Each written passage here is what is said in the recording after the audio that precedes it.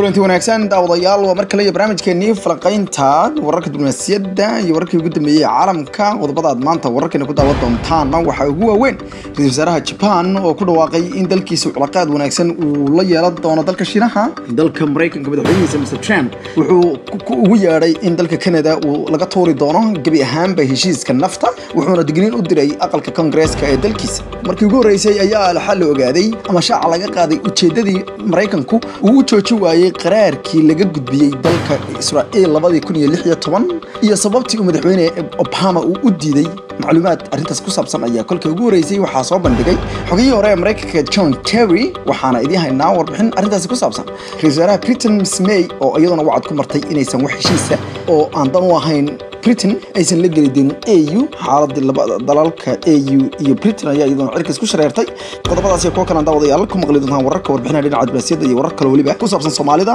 iyo dabcan Soomaali waa 2 September 2018 waa maalinimo axad oo kolkale barnaamijkeena falanqaynta dunida aku bilaabo wararka taltaalka dhinaca Soomaaliya wararka ugu dambeeya ka soo baxaya kulamada gargaarka ee madaxweynaha Soomaalidu uu leeyahay madaxda dalka Shiinaha ayaa waxaa la sheegay in ay ka wada hadleen arrimo badan gaar ahaan shirkadaha waaweyn ee dalkaasi Shiinaha oo ay heshiisyo hordhaca gaadhay korsi horeysay dawladda Soomaaliya wasiirkeeda warfaafinta Mr. Maxamed Cabdi Xayir Maareeye uu sheegay in heshiisyo dhowr ah la kala saxeexday si kastaba ha noqotee warar ku dhow aqalka Villa Soomaaliya iyo xubno la socda madaxweyne Farmaajo ayaa tibaaxaya in laga yaabo in Shiinaha lagu qanciyo in uu cilaaqaad wanaagsan oo dhinaca dhaqaalaha uu la sameeyo Soomaalida isla markaana shirkadaha waaweyn ee Shiinaha markii ugu horeysay oo ogolaadeen inay saldhigyo ka furtaan magaalada xarunta ah Muqdisho wararku waxay sheegayaan in madaxweynaha Soomaaliya Maxamed Cabdullaahi Farmaajo uu ka dalbaday sidoo kale in fiisayaasha la fududeeyo kolka ay timaado in dadka ganacsatada ee Soomaaliyeed ay fiisayaasha ay horey uga dalban jireen gudaha dalkaasi Shiinaha haatan laga furo xarun dhinaca fiisayaasha ah oo bixisa dalkaasi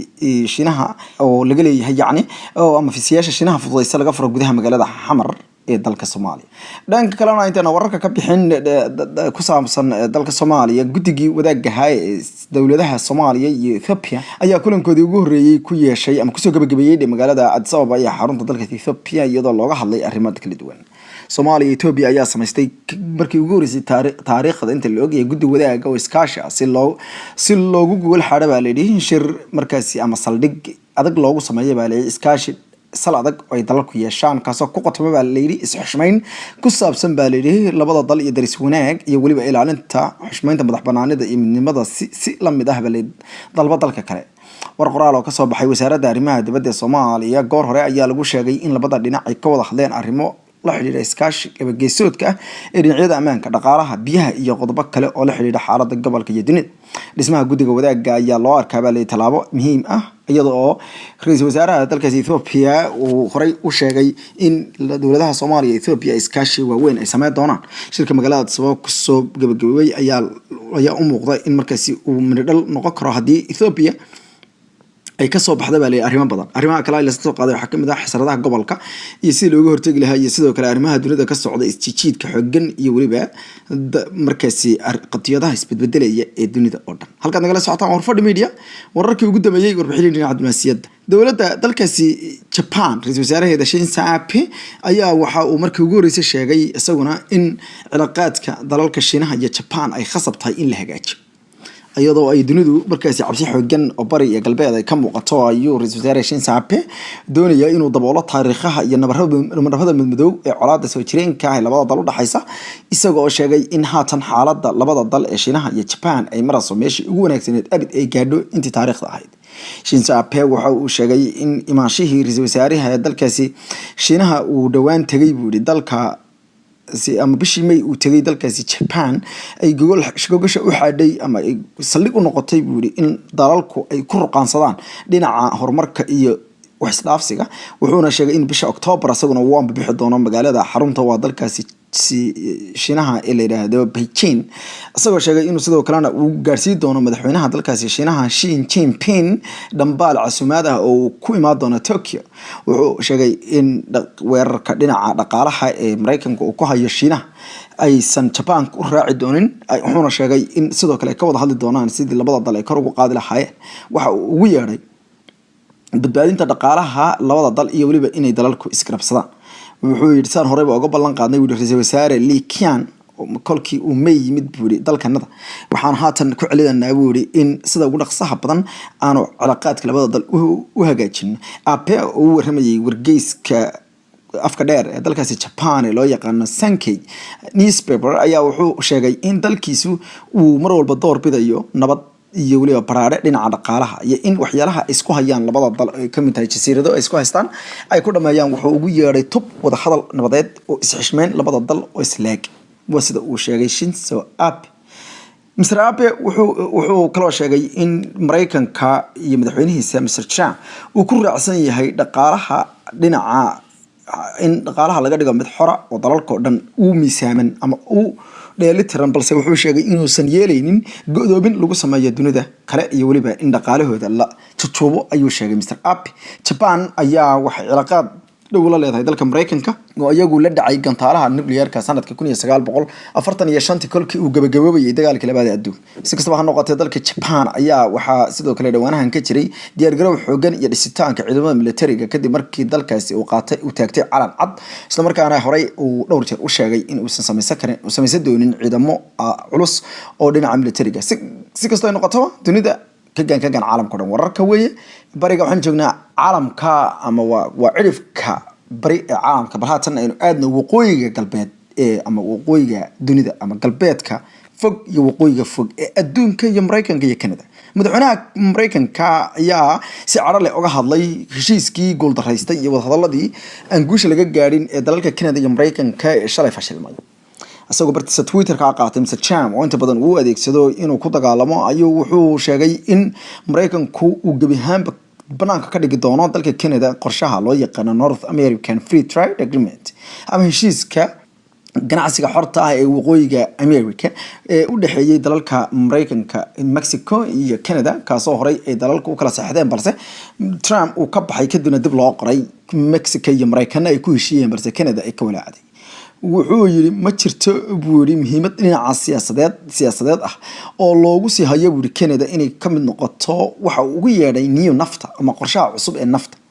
wuxuu yiri haddii aysan sameyn karin buu heshiis cadaalad waxa oo ay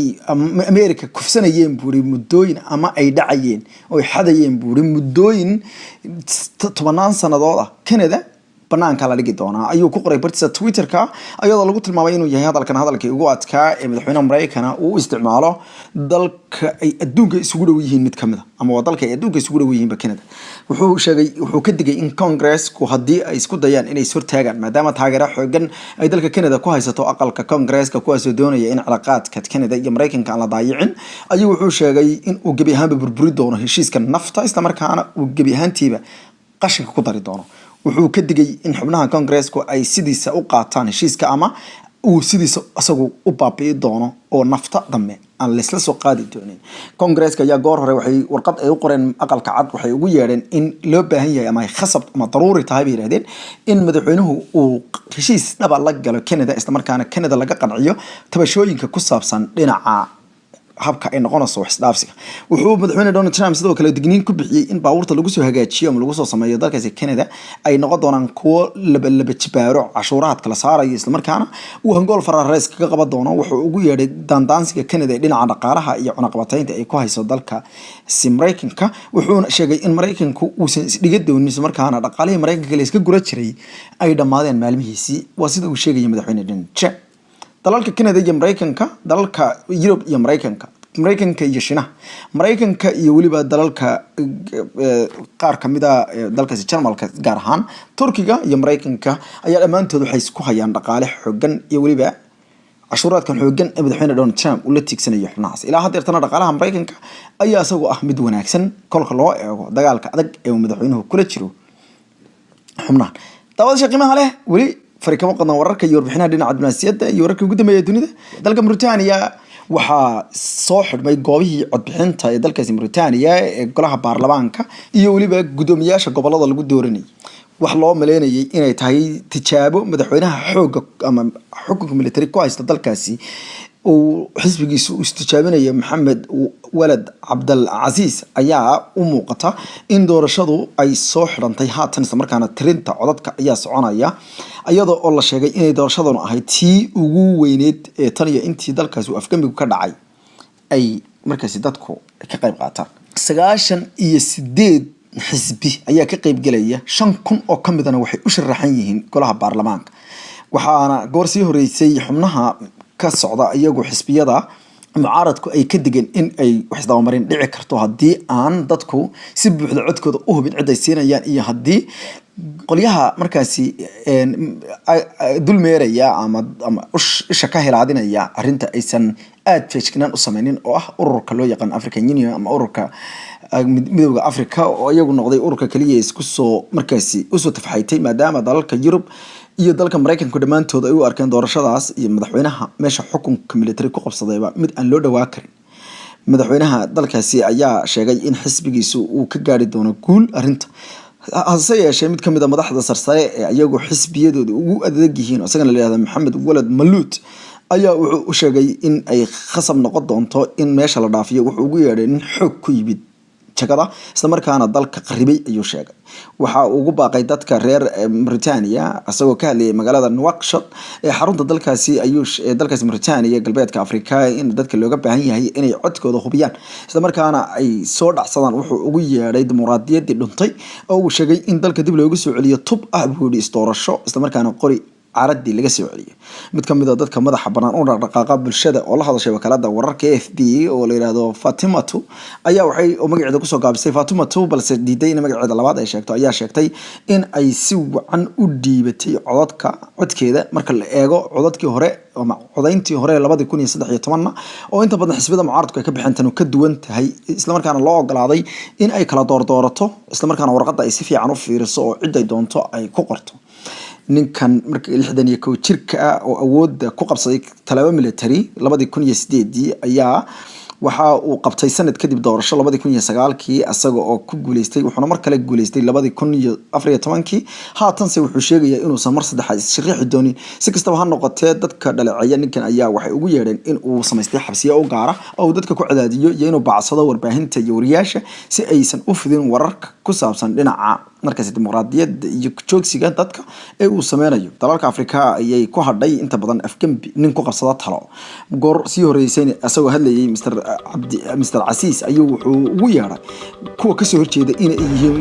dhibaato abuurayaal iyo waliba wuxuu ugu yeeray dambiilayaal aan jeclayn buuri dalka Mauritania daawada shaqeynta qaybaha dambe iyo wararka warbixinaha dhinaca dibadda